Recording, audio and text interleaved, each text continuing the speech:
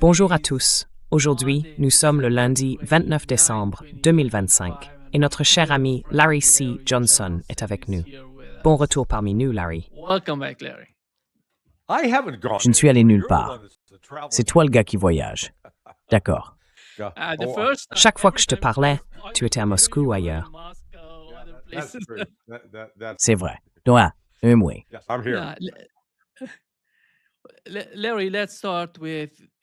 Larry, commençons par la rencontre entre Donald Trump et Zelensky, qui après tout est l'un des grands enjeux, les concessions territoriales du côté ukrainien. Il ne semble pas qu'ils en aient beaucoup parlé, ni qu'ils soient parvenus à un quelconque accord en ce sens. Mais, en prenant tout cela dans son ensemble, Donald Trump continue d'affirmer que nous nous rapprochons d'une certaine forme de fin du conflit. Quelle est ton analyse de ce qui s'est passé pendant la rencontre et après?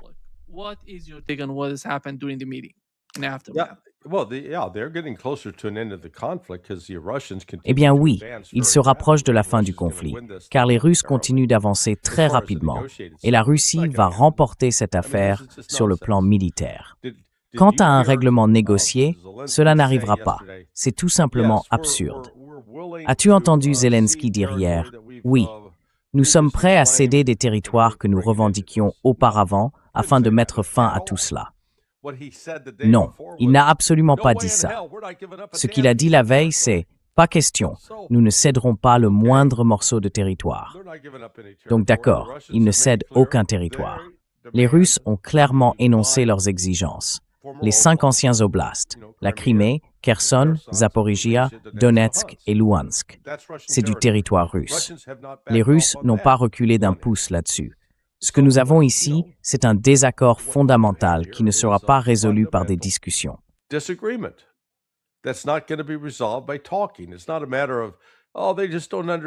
n'est pas une question de « oh, ils ne comprennent tout simplement pas notre position ». Non, les deux camps comprennent les positions.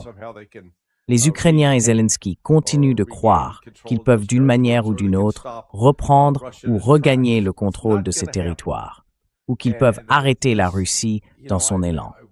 Cela n'arrivera pas. Et cela, vous savez, je regarde avec fascination toute cette attention médiatique pour rien. Je veux dire, ils ont agi comme si quelque chose de concret se passait réellement. Oui, Zelensky et son équipe sont venus il y a quelque temps et ont passé 2 heures et demie à discuter. Mais au final, les Ukrainiens n'ont pas dit « D'accord, oui, nous allons devoir faire quelques concessions territoriales à la Russie maintenant pour mettre fin à tout cela. » Ils ne sont pas intéressés par une fin. C'est une machine à faire de l'argent, bon sang.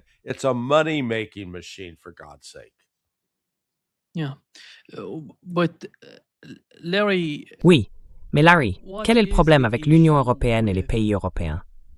En gros, je ne sais pas si tu as lu que le soutien de l'Allemagne à l'Ukraine a chuté de façon drastique. Après tout, on ne voit aucun changement dans leur comportement en Ukraine. Et si le soutien n'est plus ce qu'il était, comment peuvent-ils continuer à agir de la même manière?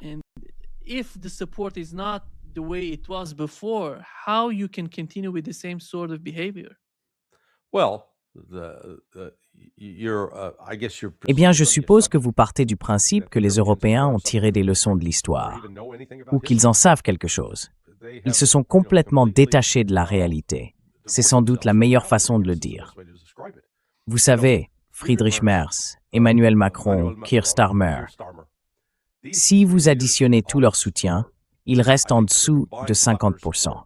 Je veux dire, chacun d'eux est à peine dans les faibles 2 chiffres dans son propre pays. Ils ne reflètent pas la volonté des électeurs, des citoyens de ces pays, mais ils sont déterminés à poursuivre cette guerre. Du point de vue de Merz, il est davantage redevable à BlackRock. BlackRock a fait un investissement même si ce n'est pas ouvertement visible.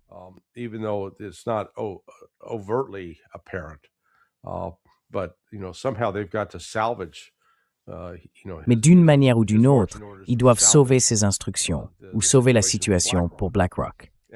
Et on a vu, ce qui était fou, c'est qu'il y a 2 semaines, ils ont eu une réunion à Washington. Et qui se pointe à cette réunion? BlackRock.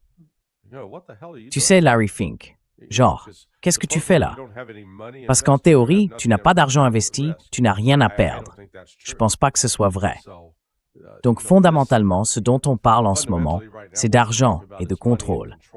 L'Occident essaye de comprendre comment garder une part du gâteau en Ukraine. Mais la situation de la Russie sur le terrain, militairement, est telle que l'Europe ne peut pas arrêter l'avancée russe. Et les Ukrainiens sont en train de perdre. C'est aussi simple que ça.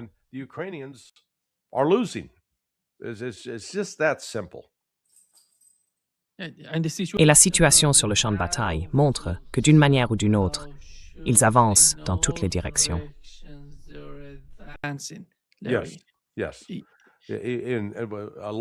Oui. En même temps, tu sais, l'Ukraine et l'Occident continuent de faire circuler leur propagande. Ils ont affirmé avoir repris Kupiansk et chassé les Russes. Beaucoup de chaînes Telegram se sont enflammées à ce sujet, mais tu sais, Andrei, notre ami commun Andrei Martianov, a fait une très bonne vidéo l'autre jour pour démonter tout ça. En réalité, l'Ukraine n'a pas les forces de réserve nécessaires pour être déployée partout où il y a un besoin. Ces ressources sont limitées. Donc, quand ils essayent de combler une brèche sur la ligne de front, les Russes intensifient leurs attaques dans une autre section. Et cela va simplement continuer. Certains disent que peut-être dans 6 mois, les Russes seront à Zaporijjia sur le Dniepr. Moi, je pense que cela arrivera bien plus vite. On va assister à un effondrement plus rapide de l'armée ukrainienne au cours des 3 ou 4 prochaines semaines.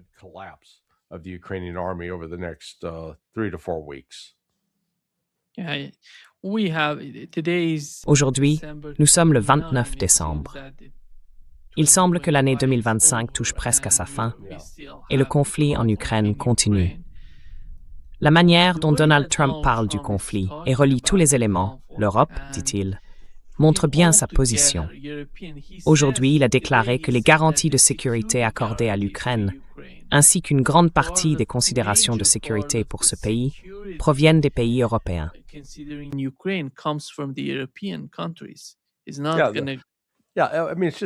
Ça va pas se faire. Oui, je veux dire, c'est juste une perte de temps. Vous savez, on peut en parler. Les Européens pensent qu'ils vont pouvoir mettre sur pied une sorte de force européenne qui ira en Ukraine et dira aux Russes, « D'accord, si vous attaquez les Ukrainiens, il faudra passer par nous. » La Russie ne le permettra pas. Ça n'arrivera pas. Cela ferait monter la guerre d'un cran jusqu'à un conflit total si les Européens pensent qu'ils vont faire ça. Mais le problème, c'est que ce sont des Européens. But the problem is they're Europeans. Tu sais, l'Européen moyen, si tu parles d'un citoyen français, d'un citoyen allemand ou d'un citoyen britannique, ce sont de grandes personnes, individuellement, vraiment formidables. Mais leurs gouvernements sont nuls. Ils sont complètement déconnectés de la réalité et pensent avoir une puissance militaire. Ce n'est pas le cas. Ce sont une bande de faibles. Et s'ils croient qu'ils vont intervenir pour sécuriser l'Ukraine, alors que tout le concept de la garantie de sécurité repose sur le fait que si la Russie attaque, ils répondront, ils viendront se battre pour l'Ukraine. Cela n'arrivera pas. En ce moment, ce ne sont que des gens qui se livrent à un fantasme. Ils se bercent d'illusions.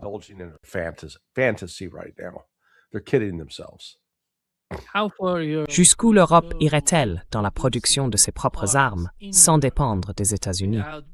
Penses-tu que cela puisse arriver?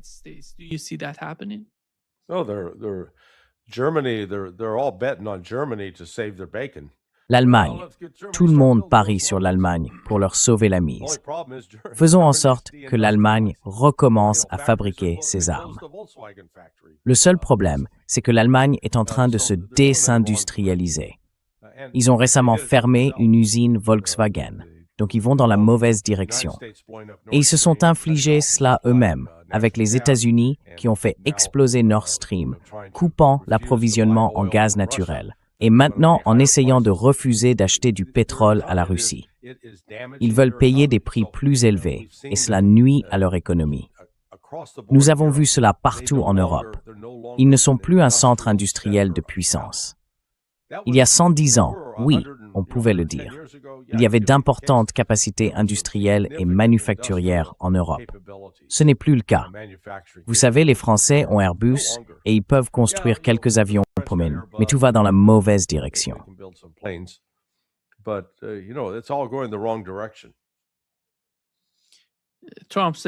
Trump a déclaré que Rubio, Hegseth, Witkoff et Kushner, ainsi que le général Keane, rejoindraient un groupe de travail américain.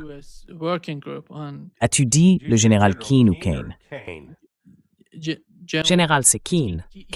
Non, pas lui. Keane, le général Keane. Quoi? Le président des chefs d'état-major interarmés. D'après ce que je lis, il semble que ce soit le général Keane. Non, ils ne peuvent pas. K-I-A-N-E. Je ne sais pas si c'est juste. Eh bien oui, je n'ai aucun doute sur ce que tu lis. Mais Keane, souviens-toi, le général Keane est fou. C'est impossible. Je le sais parce que je le vois sur Fox News chaque fois qu'il apparaît. Il travaille pour l'Institut pour l'étude de la guerre. Je crois avoir entendu lorsque Trump a parlé de l'équipe chargée des négociations qu'il avait mentionné le général Keane. Keane. C-A-I-N-E. Raising Cane, comme on l'appelle. Mais encore une fois, je ne le vois pas envoyer toutes ces personnes pour être, je cite, l'équipe de négociation avec les Russes. Nous verrons si ça se produit vraiment. Ils en parlent maintenant, mais le problème reste l'Ukraine. Et l'Ukraine est en train de perdre sur le champ de bataille. La Russie ne va pas se faire avoir à nouveau comme avec Minsk II, quand ils ont dit « d'accord, on s'arrête là », parce que tous ces Européens affirmaient qu'ils soutiendraient le processus de paix. Non, cela n'arrivera pas. Je ne saurais trop insister. Allez lire ce que Vladimir Poutine a dit au ministère russe des Affaires étrangères le 14 juin 2024. Et ce qu'il a répété plusieurs fois depuis, ce qu'a réaffirmé Sergei Lavrov et ce qu'a déclaré le vice-ministre des Affaires étrangères, Sergei Ryabkov.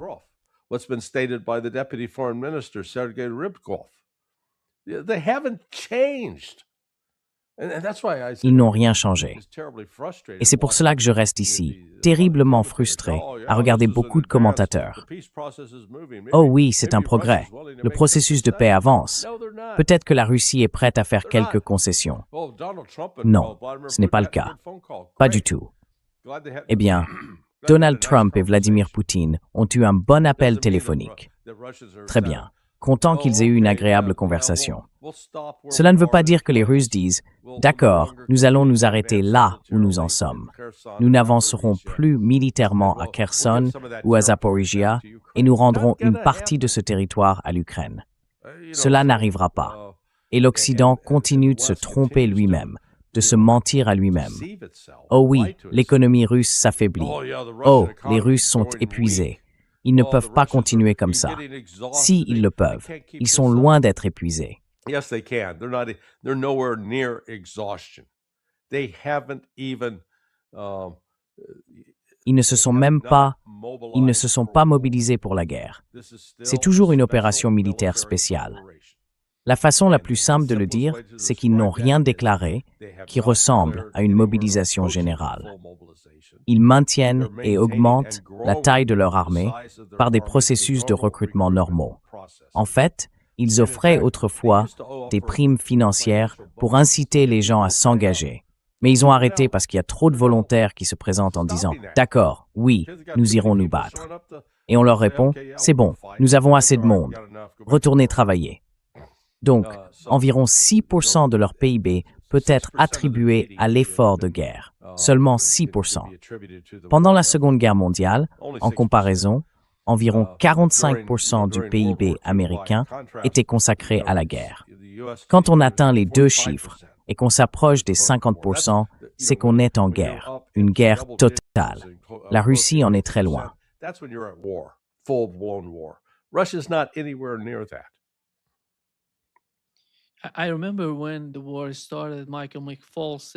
Je me souviens que lorsque la guerre a commencé, Michael McFaul a dit que c'était la guerre de Poutine. Et aujourd'hui, on voit clairement ce qui se passe au sein de la société russe. Les gens sont encore plus Enfin, vous savez, ils veulent être plus fermes sur ce qui se passe en Ukraine, surtout dans leur opposition à l'Occident. On voit le président russe essayer de trouver un juste milieu. Il ne va pas jusqu'à affronter directement l'OTAN et l'Occident collectif. Disons-le ainsi. Comment vois-tu les choses, Larry? Qu'est-il arrivé à la société russe? Parce que tu te souviens, quand la guerre a commencé, les médias ont convaincu certains jeunes Russes de quitter la Russie, de ne pas rester pour se battre pour elle, parce que c'était la guerre de Poutine, une guerre d'agression. Ce n'est plus le cas aujourd'hui, même parmi les partis les plus libérales de la société.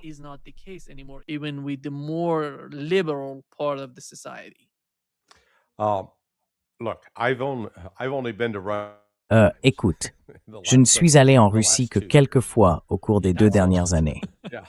C'est déjà pas mal. Oui, donc tu en sais beaucoup. Qu'est-ce que je sais? Tu sais, ce que je n'ai pas observé, ce sont des manifestations contre la guerre. Je n'ai pas entendu, tu vois, dans les réunions. J'ai rencontré des personnes très diverses. Je ne suis pas enfermé dans un seul groupe. En réalité, la question de la guerre ne revient pas souvent parce que ce n'est pas une guerre. C'est une opération militaire spéciale pour le moment. C'est ainsi que la société est organisée. Et cela signifie que le consommateur moyen, le Russe moyen, n'a pas à faire de sacrifices, comme renoncer à la nourriture ou être limité par des coupons pour acheter de l'essence. Si tu repenses à ce qui s'est passé aux États-Unis pendant la Seconde Guerre mondiale, personne ne pouvait acheter de voiture neuve.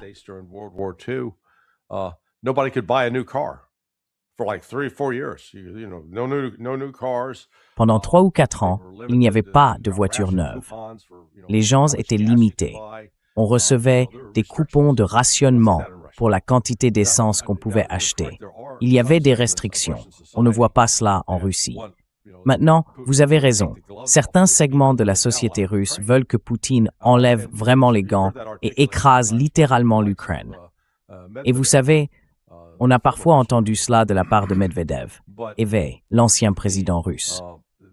Mais il n'y a pas cette montée, disons, de colère ou d'irritation où l'on dirait « bon, il faut aller plus vite, n'est-ce pas ?» Poutine s'appuie sur l'état-major général pour le plan de guerre, la manière dont il mène la guerre. Et font-ils des erreurs? Oui, ils en ont fait. Je ne prétends pas du tout que l'armée russe soit parfaite.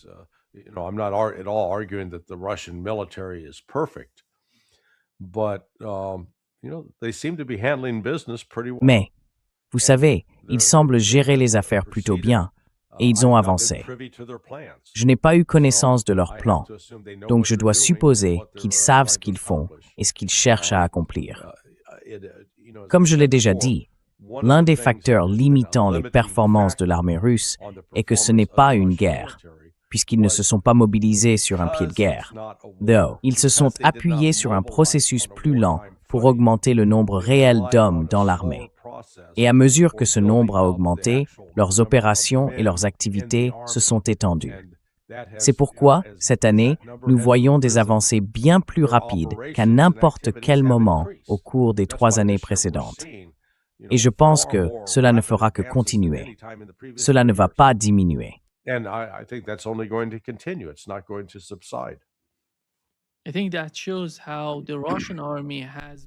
Je pense que ça montre comment l'armée russe s'est transformée, comment elle était, tu sais, plutôt une armée défensive. Ils étaient prêts à se défendre, mais ils n'étaient pas préparés à attaquer qui que ce soit, ni à sortir de Russie pour combattre, tu sais, quelque chose comme l'OTAN. Il y avait 700 000 soldats en Ukraine. Ils affrontaient une force immense, vraiment immense. Mais comme tu l'as mentionné, cela montre comment ils se sont entraînés, comment ils ont appris au fil de la guerre en Ukraine. Et la Russie d'aujourd'hui, son armée est totalement différente.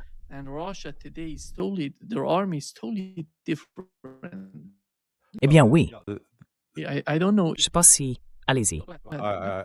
Je t'ai perdu à ce moment-là. Tu parlais et ta voix a disparu.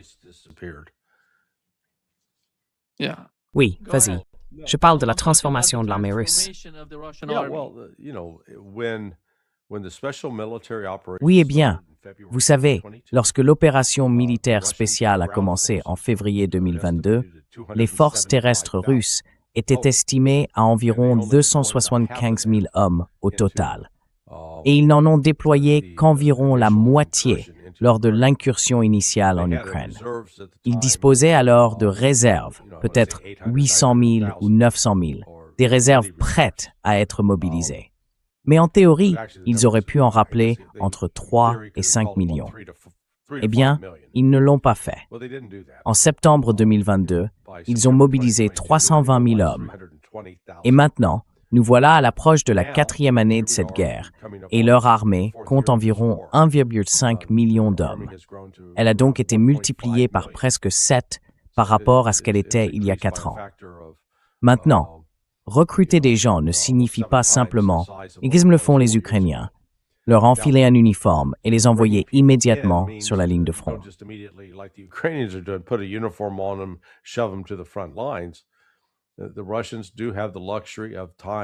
Les Russes ont effectivement le luxe du temps pour former ces personnes. En fait, je lisais récemment que l'un des problèmes auxquels ils sont confrontés en ce moment, c'est qu'ils ont tellement de volontaires, tellement de gens qui veulent s'engager, qui n'ont pas assez de terrain d'entraînement disponible, pas assez de bases pour accueillir tous ces nouveaux recrues. Donc vous voyez, la Russie ne souffre pas. Elle ne subit pas de pertes en effectifs. Elle ne subit pas de pertes en termes de capacité de production d'armes. Elle ne subit pas de pertes liées à des pénuries d'énergie. En somme, tout ce qu'il faut pour mener et soutenir une guerre, la Russie l'a et l'Ukraine non.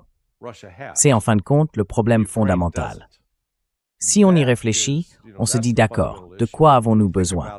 Nous avons besoin de main-d'œuvre, de gens prêts à se battre. La Russie en a, l'Ukraine non.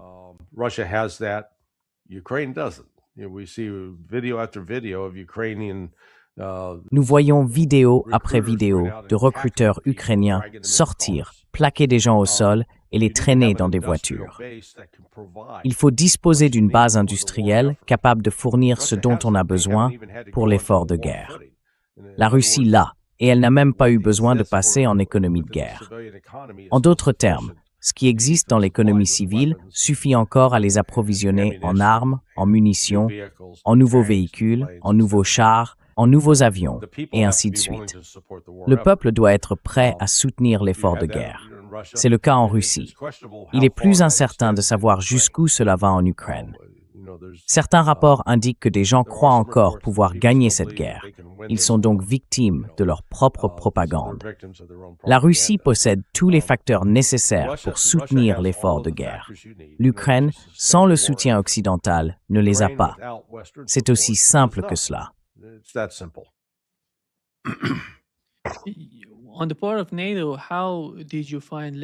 Du côté de l'OTAN, comment as-tu trouvé, Larry, tous ces différents types d'armes envoyées en Ukraine? Cela montrait quelque chose, tu sais, que les armes ne sont pas intégrées dans le système qui a été exposé en Ukraine. Et d'une certaine manière, je ne sais pas si c'est une source d'inquiétude pour l'OTAN. Eh bien, encore une fois,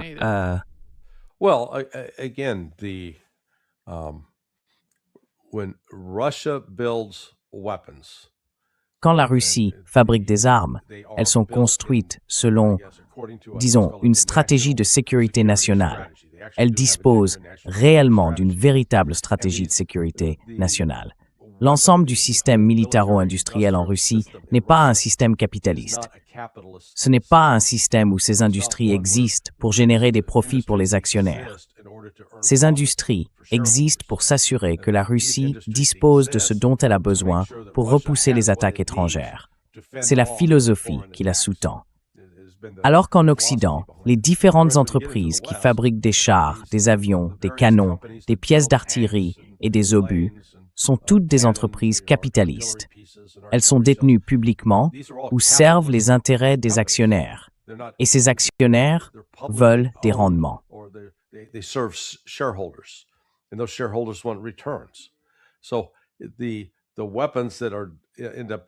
Ainsi, les armes qui finissent par être conçues, développées et déployées ne sont pas nécessairement des armes qui servent une stratégie de sécurité nationale. Et puis, en raison du fonctionnement de l'OTAN, avec maintenant 31 pays, l'industrie en Allemagne fait les choses d'une certaine manière, l'industrie en France d'une autre, et il en va de même pour le Royaume-Uni. Il n'y a donc pas de cohérence. Ce n'est pas comme s'ils produisaient tous selon une norme particulière. Ils ont des normes et des capacités différentes. Donc en somme, l'Europe n'est pas dans la situation où si l'on remonte aux années 930, lorsque Hitler est arrivé au pouvoir et a commencé à reconstruire l'armée allemande, il y avait à cette époque en Allemagne des usines inactives.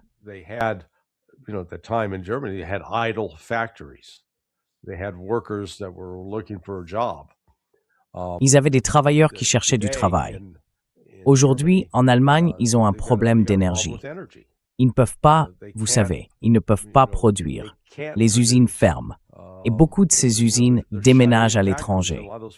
Donc en ce moment, ils n'ont pas la capacité nécessaire pour produire à un niveau qui permettrait vraiment de renforcer l'armée de manière spectaculaire. Et vous savez, franchement, la Russie surveille cela aussi. La Russie ne va pas rester les bras croisés et permettre à ces pays de se réarmer à l'échelle de ce que l'Allemagne a fait dans les années 1930, parce que les Russes sont légitimement préoccupés par le fait que l'Europe continue de parler d'attaquer la Russie. Ils continuent de traiter la Russie comme si c'était un ennemi.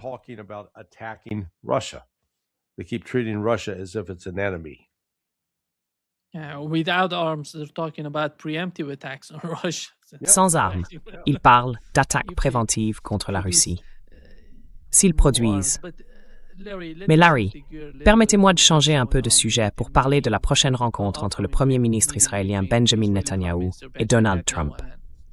Le Washington Post a rapporté que Netanyahu allait faire pression sur le président américain pendant la réunion, car il souhaite attaquer l'Iran.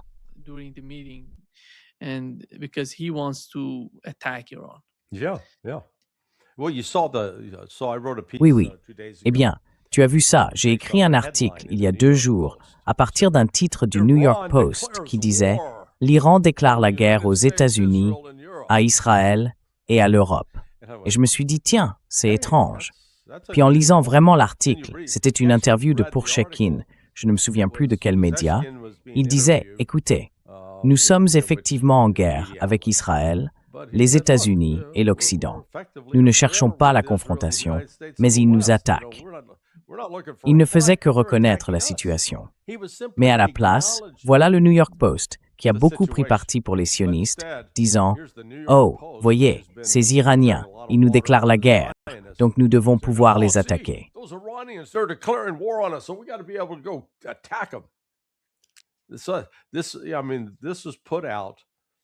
Donc, cela a été publié 2 jours avant. C'était fait samedi. Alors tu sais, Netanyahou arrive aujourd'hui, et je suis sûr qu'il va faire de son mieux pour convaincre Trump.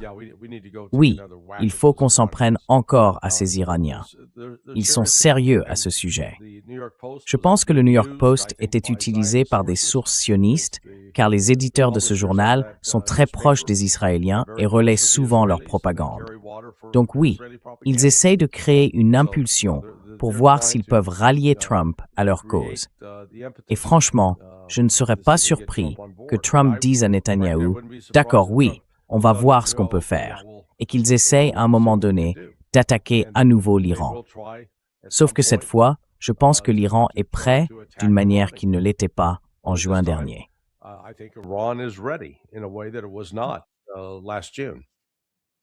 Et tu le ressens, tu le vois quand tu es ici en Iran. Je ne sais pas, Larry, quand il s'agit de ce dont il parlait, le programme nucléaire iranien. En ce moment, il parle d'installation de missiles. Oui, c'est tout simplement ridicule jusqu'où ils iraient, parce que c'est impossible. Je dirais, Larry, quand tu regardes les médias et que tu parles avec les responsables ici, tu ne peux pas croire que quoi que ce soit que Netanyahou demande puisse se produire de sitôt. S'ils vont aussi loin, nous aurons une guerre totale entre les deux.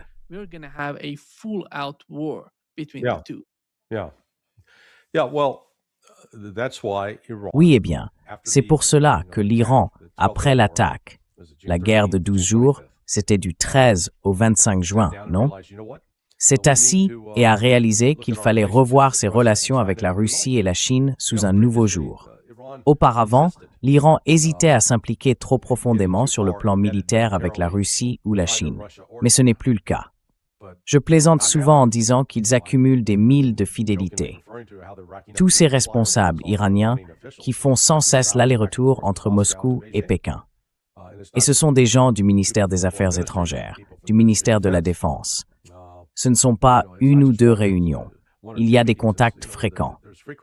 Ainsi, l'Iran se trouve désormais dans une position militaire, économique et politique bien plus forte qu'il ne l'était le 12 juin 2025. Et vous savez, si Israël est assez stupide pour attaquer l'Iran en pensant le vaincre et provoquer l'effondrement de sa société, il pourrait bien finir par subir le même sort. Car je pense que l'Iran est aujourd'hui bien mieux placé pour riposter.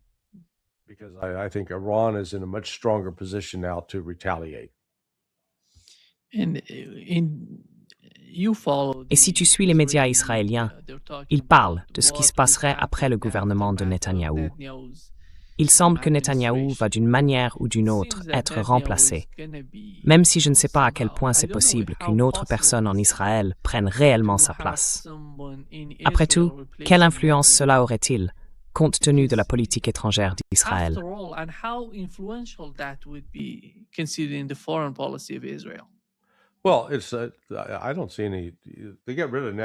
Eh bien, je n'en vois pas. Il se débarrasse de Netanyahou. Il est doué pour manipuler l'opinion américaine et obtenir le soutien des États-Unis. Mais en ce qui concerne les politiques qu'il mène, une majorité d'Israéliens les soutient. Donc ce n'est pas comme si Netanyahou imposait une politique que la plupart des Israéliens rejettent. C'est tout le contraire. Il l'approuve. Il n'aime peut-être pas Netanyahou personnellement, et il est corrompu. Mais si Netanyahou part, je ne vois pas Israël changer de cap du tout.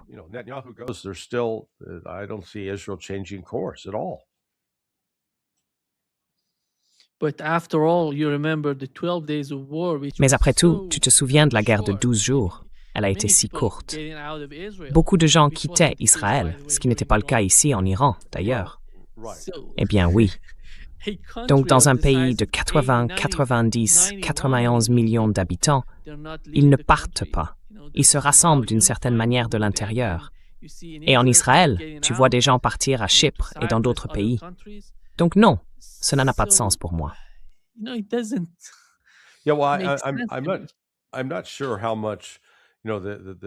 Oui, eh bien, je ne sais pas combien, tu vois, sont réellement partis à cette période. Je ne sais pas si certains sont revenus ou s'ils continuent de quitter Israël. La menace de guerre, tu sais, pourrait être une incitation pour certains. Le problème, c'est qu'il y a ces colons qui continuent d'essayer de voler des terres aux Palestiniens. Et dans les dernières actions du mois passé, le gouvernement israélien a autorisé et approuvé encore plus de vols. Ils sont comme des sauterelles voraces. Ils ne cessent de consommer, détruire. Et malheureusement pour les Palestiniens, même s'ils reçoivent quelques déclarations de soutien de la part de nombreux pays, il n'y a eu aucune action internationale concertée pour tenter d'arrêter Israël.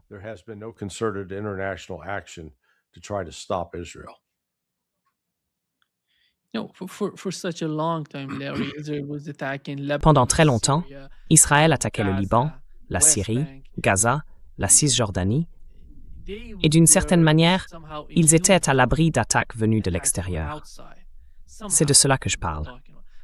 Mais voyez-vous, pendant la guerre avec l'Iran, ils ont vécu quelque chose de différent, quelque chose qu'ils n'avaient encore jamais affronté. Je pense donc que la question reste entière pour les décideurs israéliens. Veulent-ils vraiment risquer une guerre plus vaste avec l'Iran? Et comment ça va-t-il les affecter, eux et leur société?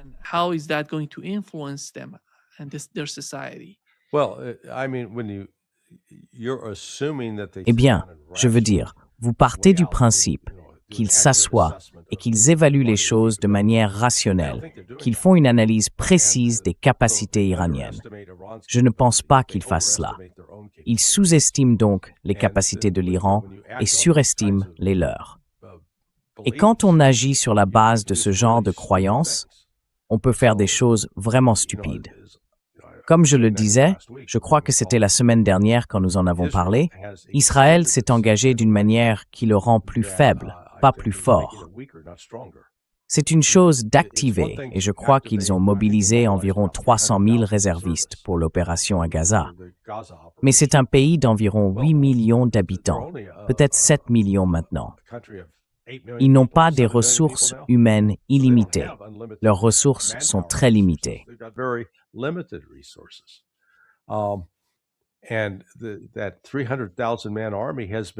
Cette armée de 300 000 hommes n'a pas réussi à vaincre le Hamas.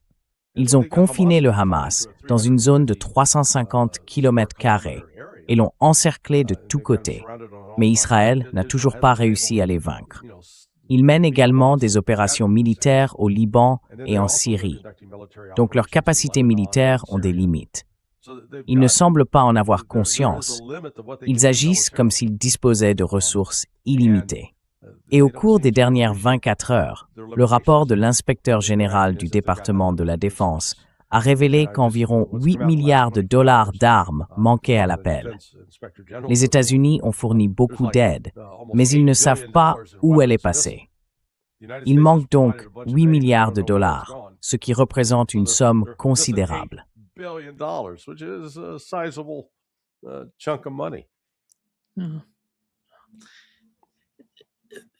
Madame, Larry, parlons un peu de la situation avec la Chine. Il semble que la Chine devienne très nerveuse à propos de Taïwan et qu'elle se prépare, qu'elle se tienne prête à combattre toute menace dirigée vers ce qu'elle appelle la patrie. Penses-tu que les États-Unis vont intensifier la situation à Taïwan? Ou peut-être que Donald Trump va aller dans cette direction en envoyant plus d'armes ou en prenant de nouvelles décisions concernant Taïwan? Eh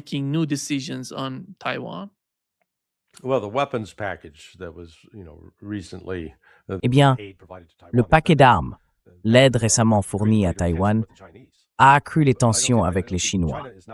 Mais je ne vois pas la Chine agir militairement pour prendre le contrôle de Taïwan. Cela n'arrivera pas. Ils le feront sur le plan économique, ils le feront sur le plan diplomatique. Ils n'ont pas besoin d'entrer dans ce genre de guerre ouverte avec l'Occident à propos de Taïwan. Sur le plan économique, par exemple, ils vont cesser d'exporter de l'argent. L'argent est désormais un minéral essentiel dans la production de certains systèmes clés à travers le monde, et cela aura un impact considérable. And so this is going to have a dramatic impact. It's along the same lines of when they stopped shipping rare earth minerals. C'est dans la même logique que lorsqu'ils ont cessé d'expédier des terres rares vers les États-Unis. Je vois la Chine utiliser des moyens économiques, en retenant certains produits et en limitant les expéditions d'autres biens, comme une façon de vaincre l'Occident, plutôt que d'entrer dans une guerre ouverte. En même temps, ils sont prêts à se défendre et ils vont affirmer leur domination le long de leurs frontières immédiates et dans les zones côtières voisines. Mais je ne pense pas qu'ils voient la nécessité d'envahir Taïwan. Ils prendront finalement le contrôle de Taïwan par un processus politique. Ultimately through a political process.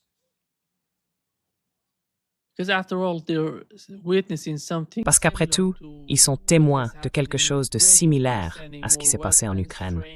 L'envoi de plus d'armes, la formation de l'armée.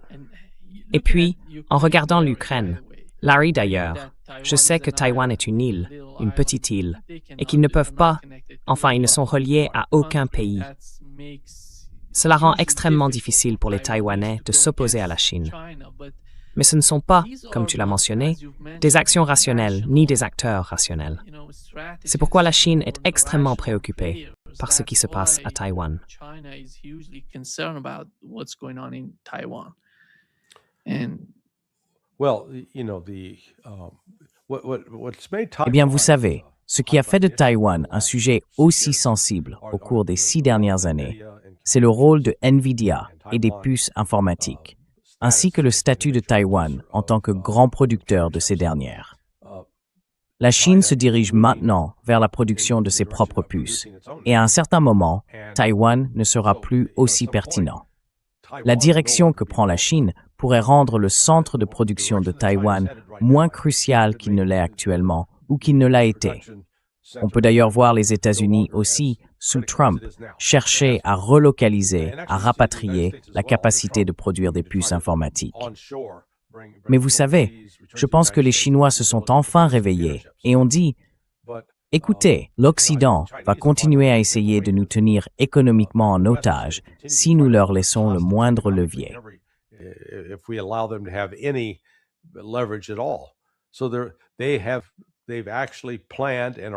Ils ont donc réellement planifié et ils avancent et exécutent ce plan afin de devenir indépendants de l'Occident.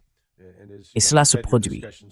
Comme tu le sais, tu as eu tes discussions avec Pepe à propos de son récent séjour en Chine, parcourant l'ancienne et la nouvelle route de la soie.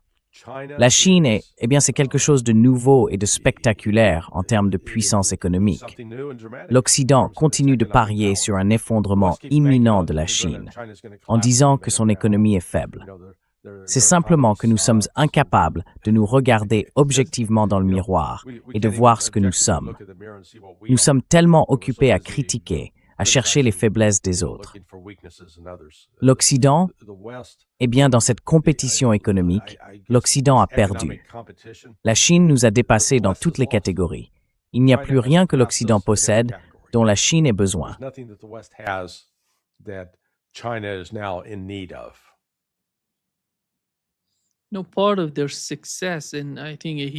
Une partie de leur succès, et je pense qu'une grande partie, vient de la manière dont ils traitent les autres pays, de la façon dont ils les abordent et dialoguent avec eux.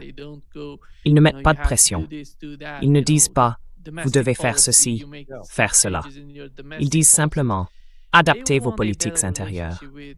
Ils veulent de meilleures relations avec les pays d'Asie, d'Afrique et du Moyen-Orient. Mais les États-Unis n'ont pas changé d'attitude. Non, on dirait que les c'est knat de small.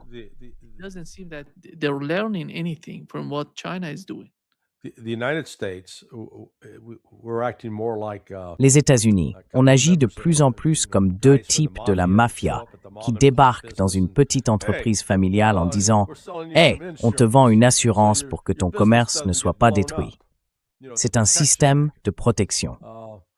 C'est ainsi que la politique américaine a souvent fonctionné envers d'autres pays. Ils sont contraints et menacés. Si vous ne vous alignez pas avec nous, quelque chose de mauvais pourrait arriver. Je ne vois pas la Chine faire la même chose.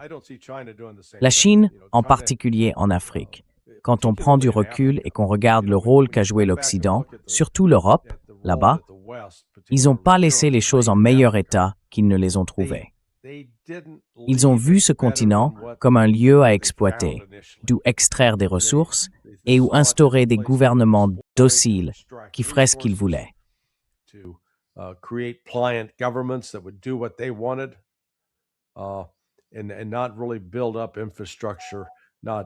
Et sans vraiment développer les infrastructures, sans s'assurer que la population soit éduquée, qu'il y ait de bonnes centrales électriques, de bonnes routes, de bonnes télécommunications, rien de tout cela. La Chine arrive avec son initiative des nouvelles routes de la soie, elle construit ses infrastructures. Et elle ne le fait pas en disant « Hey, nous allons faire cela pour vous, mais ensuite vous nous devrez quelque chose », pour les rendre dépendants. C'est une approche différente. Certains diront « Oh Johnson, tu es naïf ». Mais ce que nous voyons, c'est que la Chine a trouvé une autre voie. Elle tient réellement la promesse du développement. Quand j'allais à l'école dans les années 1970, il y a 50 ans, il existait une véritable compétition entre le monde communiste et le monde capitaliste. Un livre avait été écrit par Eugene Rostow, un économiste qui avait participé à l'administration Kennedy.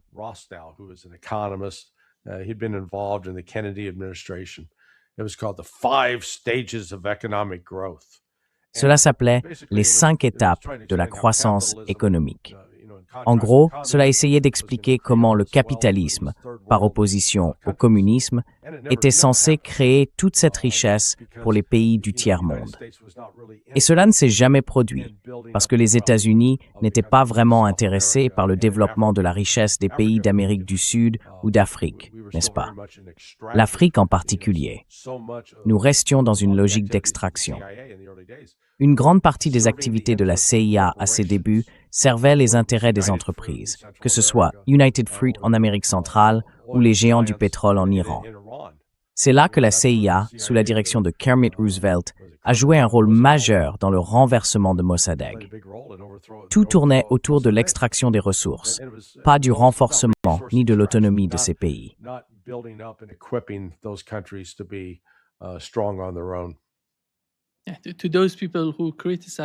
À ceux qui te critiquent pour ta naïveté à propos de la Chine, le résultat parle de lui-même. Les faits sont là. Tu peux voir le résultat. Tu peux constater les conséquences de leur comportement et de leur attitude. Et il faut comprendre pourquoi ils réussissent. C'est simplement ainsi qu'ils agissent.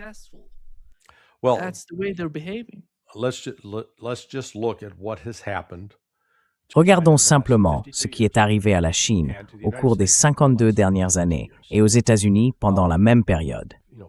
Il y a 52 ans, la majorité de la population chinoise n'était pas alphabétisée. La plupart des gens vivaient dans la pauvreté et la société n'était pas du tout industrialisée. Quand on observe la transformation qui s'est produite en Chine à une échelle incroyable, avec 1,4 milliard d'habitants, la construction de villes modernes et la priorité donnée à l'éducation des enfants. On constate qu'aux États-Unis, dans nos grandes villes comme New York, Philadelphie, Los Angeles, San Francisco ou Chicago, et particulièrement parmi les minorités, beaucoup ne savent pas lire ou faire des mathématiques au niveau attendu pour leur âge.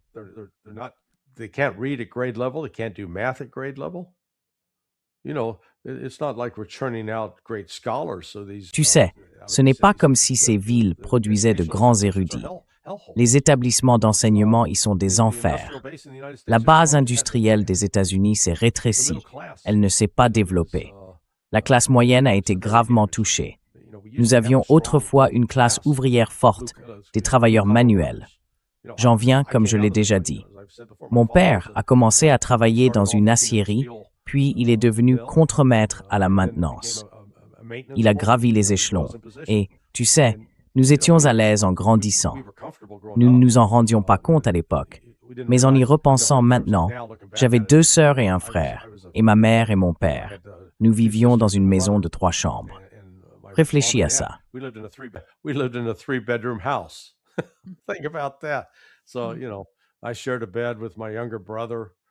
Tu sais, je partageais un lit avec mon petit frère.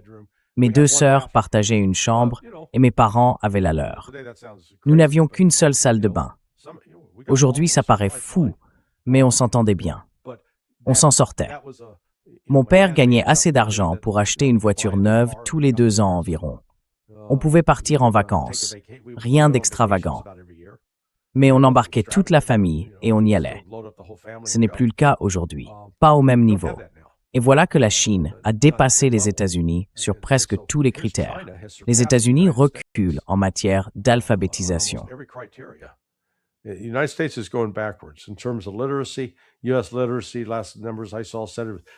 taux d'alphabétisation aux États-Unis, les derniers chiffres que j'ai vus indiquaient 69%, pas dans les 90%. Il devrait être dans les 90%. Mais ce n'est pas le cas. La Chine, elle, est dans les 90%. Et pourtant, l'Occident continue d'essayer de présenter la Chine et la Russie comme des puissances impériales déterminées à conquérir le monde et qu'il faut les traiter comme des ennemis. Parce que nous les traitons comme des ennemis lorsqu'ils écoutent ce que nous disons, observent nos actions et réagissent. Nous disons, « Vous voyez? Vous voyez? » Maintenant, nous en avons la preuve. Mais nous ne tenons pas compte du fait que nous provoquons cette réaction. Et vous savez, nous continuons à parler d'un ordre international fondé sur des règles. Bon sang, nous inventons simplement les règles quand elles nous arrangent. Nous ne les suivons que lorsqu'elles nous sont favorables et nous les ignorons quand cela nous convient.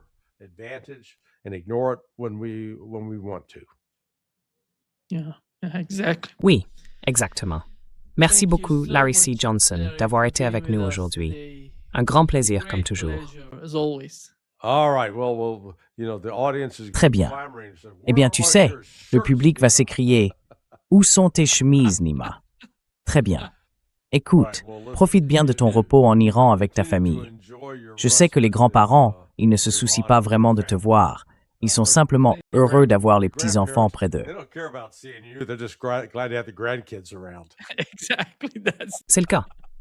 Très bien, mon ami. Prends soin de toi. À plus tard, Avandi. Très bien. Au revoir.